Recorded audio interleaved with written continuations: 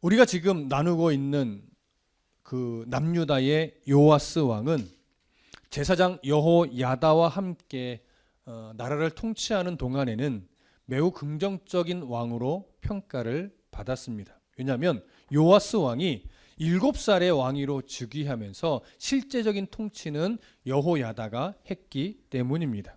그래서 제사장 여호야다의 도움을 따라서 이 요아스 왕은 하나님이 기뻐할 만한 흔적들을 많이 만들었습니다.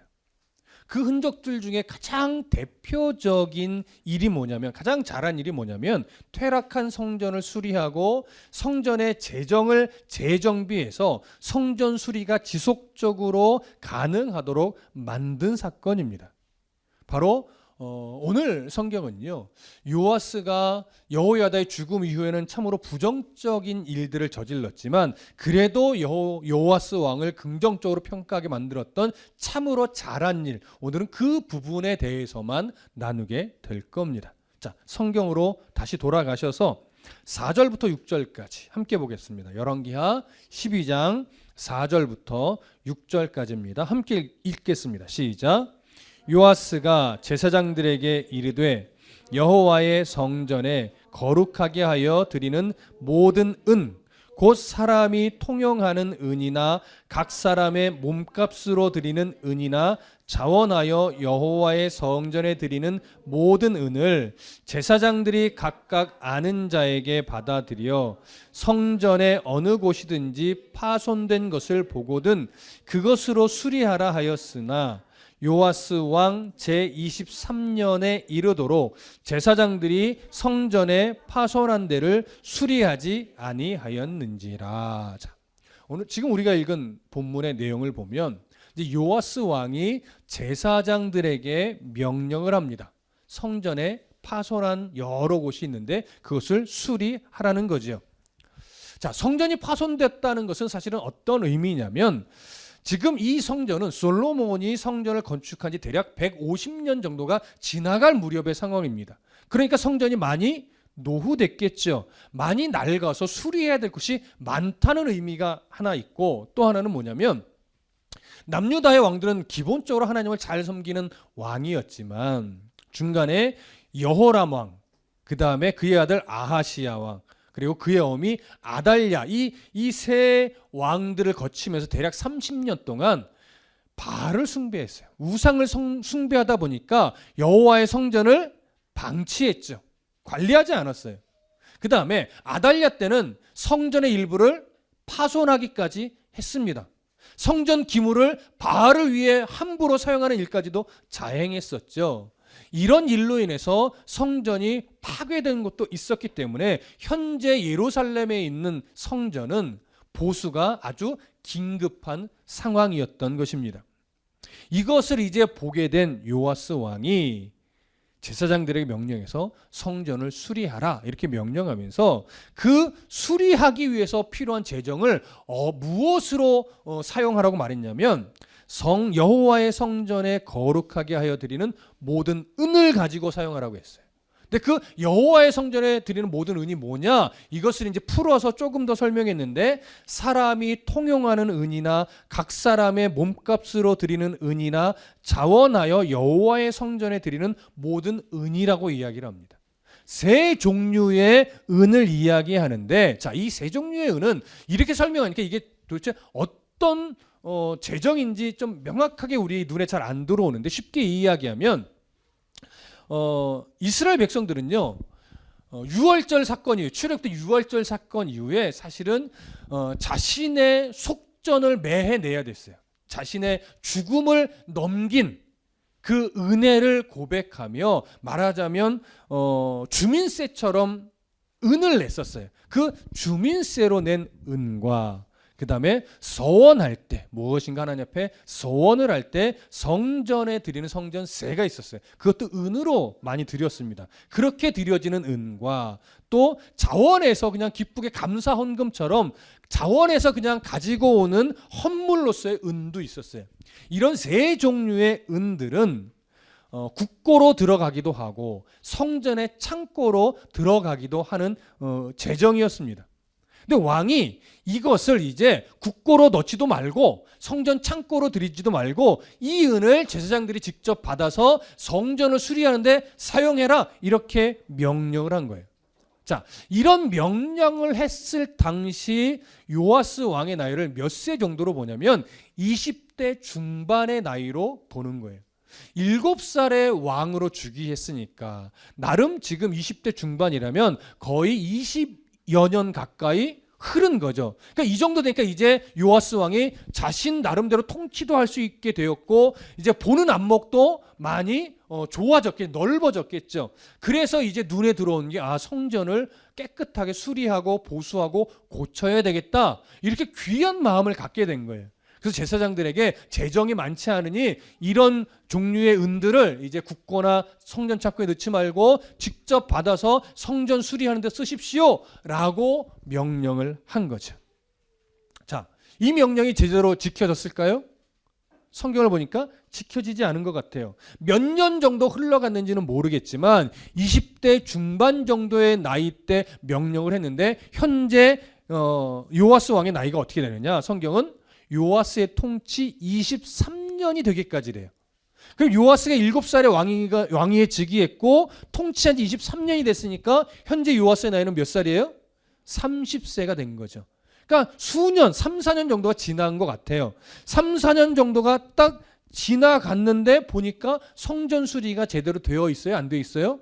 안 돼 있는 거예요. 여러분 이제 생각해 보십시다. 여호야다가 대제사장으로 있을 때인데 사실은 왕을 섬기며 하나님이 기뻐할 만한 일들을 많이 했단 말이에요, 여호야다가. 그럼에도 불구하고 지금 이 성전을 보수하고 수리하는 일은 매우 중요한 일일 텐데 제사장들이 왕의 명령이 있었음에도 불구하고 성전 수리를 제대로 하지 않은 이유가 뭘까요? 한두 가지 정도 우리가 생각해 볼 수 있는 것이 뭐냐면, 첫 번째, 현재 여호야다의 나이가요 매우 많아요. 그러니까 몸도 많이 늙었겠죠. 그러다 보니까 사실은 다른 제사장들을 제대로 관리하지 못한 것 같습니다.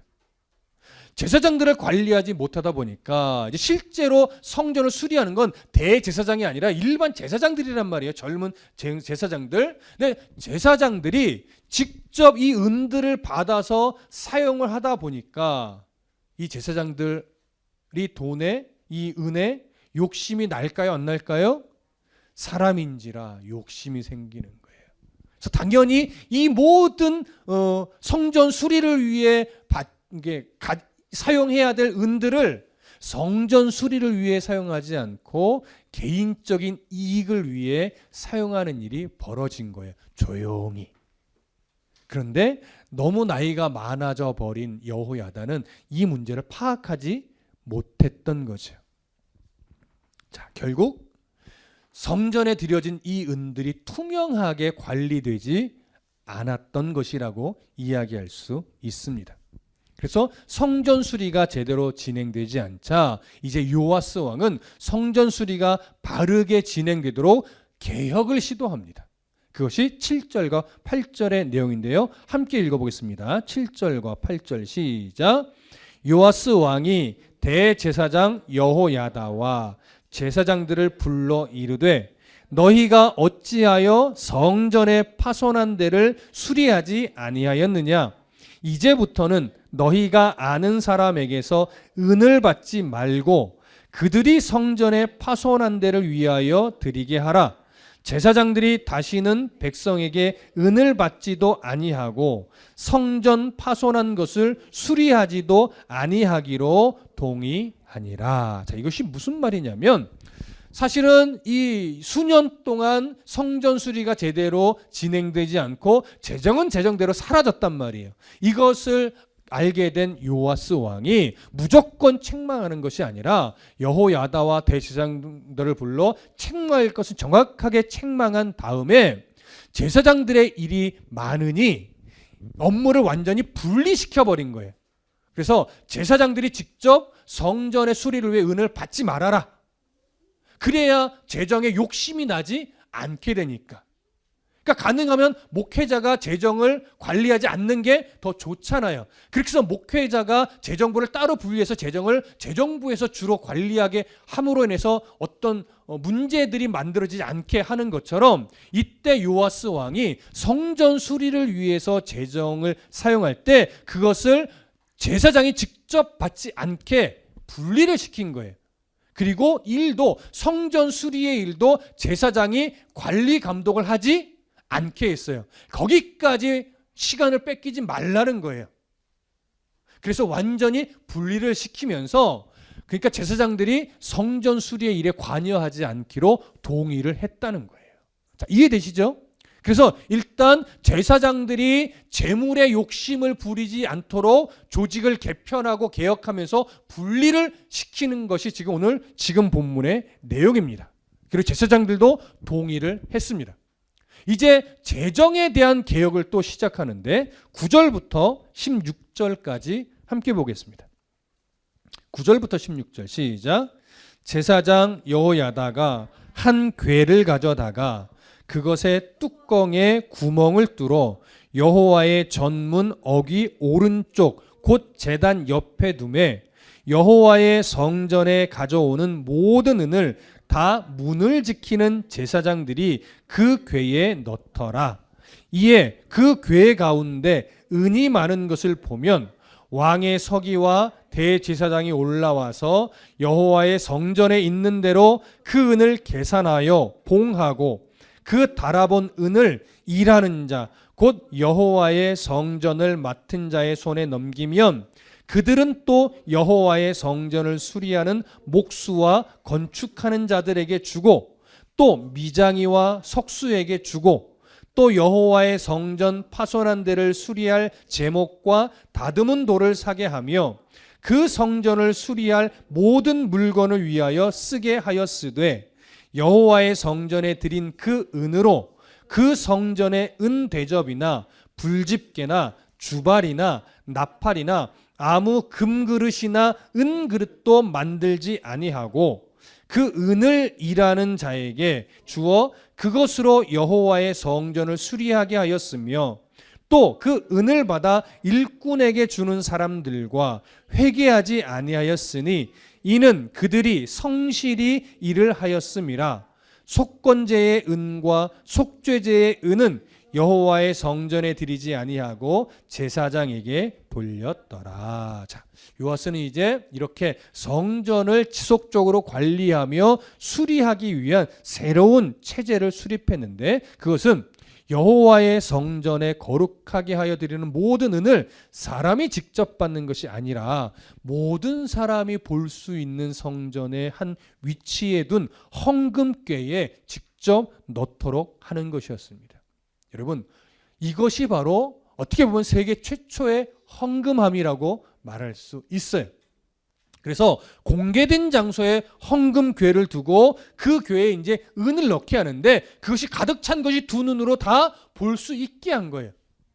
그러니까 넣는 사람도 알고 이만큼 은이 모였구나 이것도 알게 된 거죠. 그러니까 투명하게 최대한 만들어 가는 거예요. 그 다음에 그것이 이제 가득 차면 어떻게 하냐면 왕의 서기관과 그 다음에 대제사장 둘이 함께 그 은을 계수합니다. 그래서 양이 얼만큼이다 확인하고 봉한 다음에 그것을 성전 수리 책임자에게 직접 전달해 주는 거예요. 그러면 그 사람이 직접 관리하며 성전 수리하는 자에게 또 지불도 하면서 신속하게 성전 수리가 이루어지도록 또 원활하게 진행되도록 체제를 개편한 것이죠. 자, 상황을 이해되시죠? 그렇게 성전 수리가 아주 효과적으로 진행되게 만들었는데 그렇다면 이제 13절을 잠깐 보겠습니다. 13절에 이런 기록이 있어요. 여호와의 성전에 드린 그 은으로 그 성전의 은대접이나 불집게나 주발이나 나팔이나 아무 금그릇이나 은그릇도 만들지 아니하고 이렇게 말해요. 이거 어떤 표현이냐면 성전의 기물들 있잖아요. 그 기물들은 이 은을 사용해서 만들지 못하게 한 거예요. 이게 무슨 의미일까요? 성전의 기물 만드는 것이 잘못돼서가 아니라 지금은 성전의 기물을 만드는 것보다 우선 성전을 보수하고 수리하는 것이 더 긴급하고 중요하니 성전 수리가 어느 정도 완공될 때까지는 성전 기물을 만들지 않도록 한 거예요. 시행한 거예요. 무슨 말씀 이해되시죠? 그래서 역대하 24장 14절을 보면요, 공사를 마친 후에 그 남은 돈을 왕과 여호야다 앞으로 가져왔으므로 그것으로 여호와의 전에 쓸 그릇을 만들었으니 곧 섬겨 제사 드리는 그릇이며 또 숟가락과 금, 은 그릇들이라.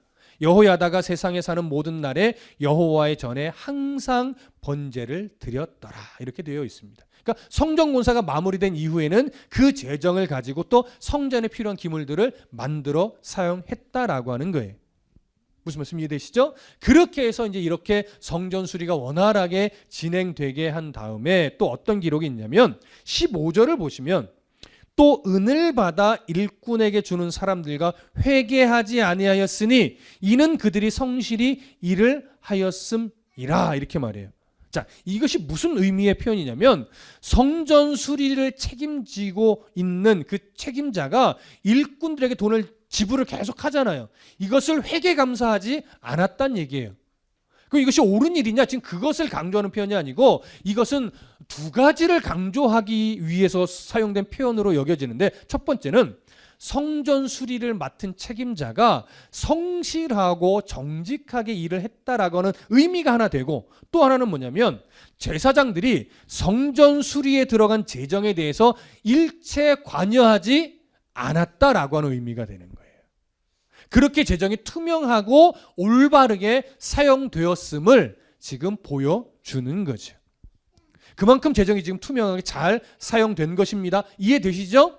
교회 공동체는 특별히 재정이 아주 투명하게 드러나야 됩니다. 그래야 건강한 공동체로 한 걸음 더 내디딜 수 있다는 거 기억하시고, 우리 교회도 항상 재정이 투명하게 계속 유지될 수 있도록 기도해 주십시오. 자, 이제 16절을 보시면 속건제의 은과 속죄제의 은은 여호와의 성전에 드리지 아니하고 제사장에게 돌렸더라. 이렇게 말을 합니다. 자, 여기에 속건제와 속죄제가 언급이 됐어요. 자주 듣는 말이지만 종종 속건제와 속죄제를 잘 구분하지 못하는 경우가 있습니다. 그럼 속건제는 뭘까요? 레위기 5장 15절부터 19절을 한번 찾아볼까요? 구약성경 레위기 5장 15절부터 19절까지 한번 찾아봅니다. 레위기 5장 15절부터 19절. 자, 찾으셨으면 함께 읽겠습니다. 레위기 5장 15절부터 19절까지 함께 읽습니다. 시작.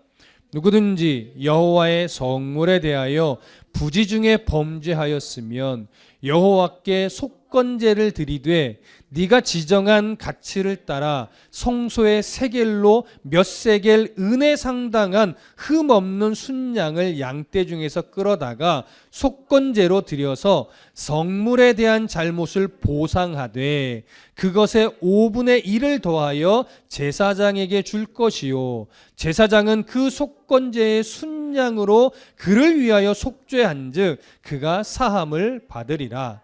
만일 누구든지 여호와의 계명 중 하나를 부지 중에 범하여도 허물이라 벌을 당할 것이니 그는 네가 지정한 가치대로 양떼 중 흠 없는 순양을 속건 제물로 제사장에게로 가져갈 것이요 제사장은 그가 부지 중에 범한 허물을 위하여 속죄한즉 그가 사함을 받으리라. 이는 속건제이니 그가 여호와 앞에 참으로 잘못을 저질렀음이러라. 자, 여기에 크게 드러난 건 두 가지죠. 첫 번째는 뭐예요? 성물에 대해서 어떤 잘못을 했을 때 속건제를 드립니다. 그리고 여호와의 계명 중 하나를 범했을 때 이때도 속건 제물을 드리는데요. 기본적으로 속건 제물을 드릴 때는 항상 흠 없는 순양 또는 은을 드려요. 근데 보편적으로 편리상 은을 드리는 경우도 상당히 많았다라고 합니다. 자, 그러면 속건제가 지금 두 가지를 언급했지만 기본적으로 속건제는 어떻게 정리하면 되냐면 내가 어떤 잘못을 저질렀는데 그 잘못이요 보상을 해줘야 하는 어떤 잘못 있죠. 그럴 때 속건제를 드리는 거예요. 보상이 필요한 잘못에 대해서. 그러니까 무엇인가 은을 가지고 보상할 수 있는 그런 범죄를 저질렀을 때는 속건 제물을 드리면서 속죄를 하고 하나님 앞에 제사를 드리면서 은까지 바치게 돼요. 이것이 주로 속건 제물입니다. 속죄제는 뭐예요? 죄에 대해서 대속하기 위해서 또 드리는 제죠. 그러니까 속건제와 속죄제는 조금 비슷한 면을 가지고는 있으나 속건제는 보상이 가능한 어떤 잘못에 대해서 속건제사를 드린다라고 좀 쉽게 구분해 보시면 됩니다. 근데 오늘 본문은 이렇게 속건제와 속죄제를 드릴 때 제물로 드려지는 은을 누구에게 돌렸대요? 제사장에게 돌렸대요. 자, 이 제사장에게 돌렸다라고 하는 것은 어떤 의미일까요? 이 부분을 좀 생각해 보실 필요가 있겠죠?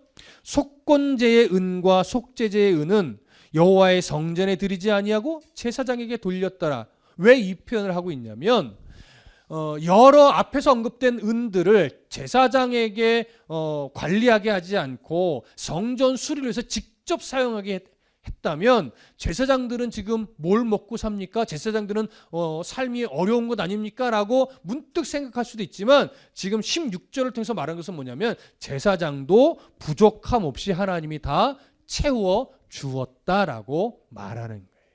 무슨 말씀 이해되시죠? 자, 이렇게 해서 사실은 요아스 왕이 성전을 수리하도록 또 성전의 수리를 위해서 재정을 투명하게 만들면서 원활하게 이 일들이 진행되도록 개혁을 시도하면서 하나님이 기뻐할 만한 좋은 흔적을 만들어냈다는 것이 오늘 본문의 기록인데, 이제 오늘 무엇으로 이 이야기를 정리하고 싶냐면 요아스 왕이 어떻게 이런 귀한 일을 할 수 있었는가, 이 부분이에요. 여러분, 요아스 왕이 하나님을 정말 잘 섬겨서 이런 일을 할 수 있었던 걸까요?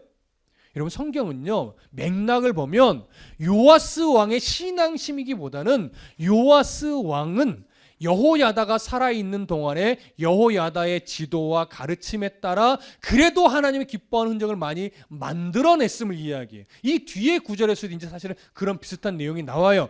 여호야다가 사는 날 동안에는 요아스 왕이 하나님을 잘 섬겼습니다. 그런데 요아스 왕이 죽고 나서부터 그의 귓가에 하나님을 바르게 섬기지 않는 사람들이 막 이상한 말을 해대는데 그것을 분별하지 못하고 그들의 말을 따라가다가 결국 어떤 자리까지 가요? 우상을 숭배하는 자리까지 가요. 이게 요아스 왕의 참 안타까운 기록이에요. 그럼에도 그를 긍정적인 왕으로 기록하는 것은 바로 여호야다 제사장이 살아있을 동안에 이렇게 귀한 흔적들을 만들었기 때문에 그래요. 그러니 잘 생각해 보십시오. 우리가 하나님이 기뻐하는 흔적을 늘 일상 속에서 만들어내며 살기 위해서는 우리에게 뭐가 필요할까요?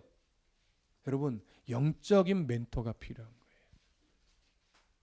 여러분들의 인생 속에 하나님 앞에 바르게 설 수 있도록 영적으로 어떤 스승의 위치에 있는 사람 또는 선생의 위치에 있는 사람 또는 본을 받고 싶은 이런 영적인 리더들이 여러분들에게 있어야 돼요. 부족하지만 그게 제가 될 수도 있겠죠. 또 전도사님들이 될 수도 있겠죠. 또 여러분들 인생 속에 아주 중요한 영향력을 미쳤던 어떤 목회자일 수도 있고 선교사일 수도 있고 부모님일 수도 있는 거예요. 이런 어떤, 그래도 내가 끝까지 내 신앙을 놓치지 않게끔 내 신앙에 좋은 영향력을 주었던 영적인 스승이나 선배나 본받고 싶은 사람이 있다는 것은 너무나 소중한 일이고 귀한 일입니다. 그런데 생각해 보니까 그런 인물이 없어.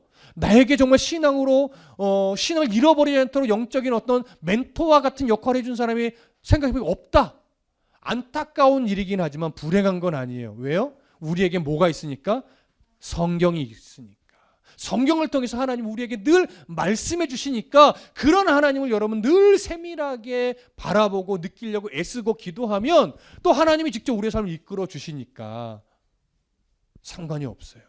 그럼에도 여러분 할 수 있으면 여러분이 어떤 매체를 통해서도 괜찮아요. 여러분들의 인생에 정말로 내가 신앙이 흔들리지 않도록 나의 중심을 잡아주는 그런 영적 스승을 만드시는 것은 너무나 중요합니다. 저는 돌아보니까 제 영적인 스승이 누구일까? 예전에 이렇게 되니까 참 좋았던 선배들, 좋았던 어떤 그 목회자들도 있었던 것 같기는 한데 정말로 내 신앙에 큰 영향을 끼쳤던 그 스승과 같은 분은 누굴까 돌아보니까 사실은 저에게는 예전에 저와 관계했던 누구이기보다는요, 사실 강해를 시작하면서 합신의 박연선 목사님이나 이런 분들이 저한테 말씀에 엄청난 도전을 주셨어요. 그래서 한때 뭐 박영선 목사님이라든가 뭐 김동호 목사님이라든가 이런 분들의 설교를 제가 거짓말 안 하고요, 한 500편 정도씩은 들은 것 같아요. 엄청 많이 들었어요. 한동안은 제가 강의하는 모든 설교의 기본적인 전제를 그분의 설교나 그분의 책을 먼저 보면서 검증하고 원고를 썼던 기억도 있어요. 그래서 제가 부교역자 때 제 설교를 듣던 어떤 권사님이 저에게 물었어요. 전 그때는 저에게 선교사라고 불렀었는데 선교사님 설교를 들으면 이상하게 박영선 목사님이 생각이 나요. 이런 말씀을 하는데 깜짝 놀랐어요. 왜냐하면 그때 제가 박영선 목사님 설교를 엄청나게 듣고 있을 때거든요. 우리나라의 강해 설교의 어른이신데 그 박영선 목사님은 누구를 언급했었냐면 돌아가신 김홍전 목사님을 영적 스승으로 언급했는데요. 그 김홍전 목사님이란 분은요, 1970년도에 왕성하게 목회를 하셨던 분이에요. 강해 설교로. 그분의 책을 제가 많이 봤거든요. 그런데 1970년대인데 그분의 강해 설교 책은요, 3개를 왔다 갔다 해요. 제가 그분의 책을 읽으면 정말 5%도 인용을 못할 정도로 어렵다기보다 그분이 보는 시야가 성경에서부터 시작된 그 시야가 전 세계 역사까지 스펙트럼이 너무나 넓은 거예요. 야, 그 1970년대 어떻게 이런 설교를 할 수 있었지? 놀랄 정도로. 그리고 너무 어렵습니다. 근데 어려워서 어려운 것이 아니라 너무 깊어서 어려운 거예요. 이런 어른도 정말 훌륭한 영적 멘토가 있었구나. 그래서 저 또한 감사했어요. 지금은 박영선 목사님의 책을 보지는 않지만 제가 수년 동안 그분의 책과 그분의 설교를 계속 들으면서 성경을 바라보는 시선은 이래야 되는구나. 이 기초를 배웠거든요. 그래서 지금은 이제 그런 박영선 목사님을 닮았다기보다는 그래도 나름대로 성경을 보는 저만의 어떤 그 기초가 세워지고 저만의 또 색깔들이 생겨난 것 같아서 너무나 감사합니다. 자, 여러분들에게는 성경과 또 신앙의 삶을 살아나갈 때 정말 건강하게 여러분들의 신앙의 어떤 멘토처럼 삼을 분이 누가 있습니까? 그걸 한 번쯤 생각해 보십시오. 내가 이때 이런 영향을 받았었는데, 그렇다면 그 중심을 앞으로도 놓치지 않기 위해서 그런 어떤 기억을 가슴에 새기고 그까지 말씀 위에 견고하게 세워진 신앙이 되기 위해서 부단히 더 노력하셔야 됩니다. 그리고 중요한 건 또 분별력이에요. 왜냐? 우리들 귓전에 수없이 성경의 가치관과는 다른 소리들이 너무나 많이 들리거든요. 유튜브뿐만이 아니죠. 주변에 만나는 사람도 세상의 가치관들을 통해서 우리 귓전에요, 하나님이 기뻐하지 않을 만한 아주 달콤한 미혹의 소리가 너무 많아요, 여러분.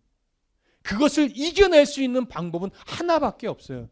말씀에 늘 깨어 있는 것. 그거 없으면요, 우리는 쉽게 나의 만족과 유익을 위해서 소근대는 달콤한 소리에 우리는 금방 끌려갈 수밖에 없습니다. 그러기 위해서 영적인 스승을 늘 찾으시고 그 영적인 스승의 중심에 무엇이 있는지를 보시고, 그래서 다시금 우리의 신앙을 하나님의 말씀에 견고하게 뿌리 내리는 그런 신앙으로 끝까지 갈 수 있도록 여러분 중심이 흔들리지 않는 그런 신앙이 되시기를 소망합니다. 그래서 저와 여러분들 주님 만날 그때까지 하나님이 기뻐할 만한 흔적들을 많이 만들어내는 복이 있기를 소망하고 축복합니다. 기도하겠습니다.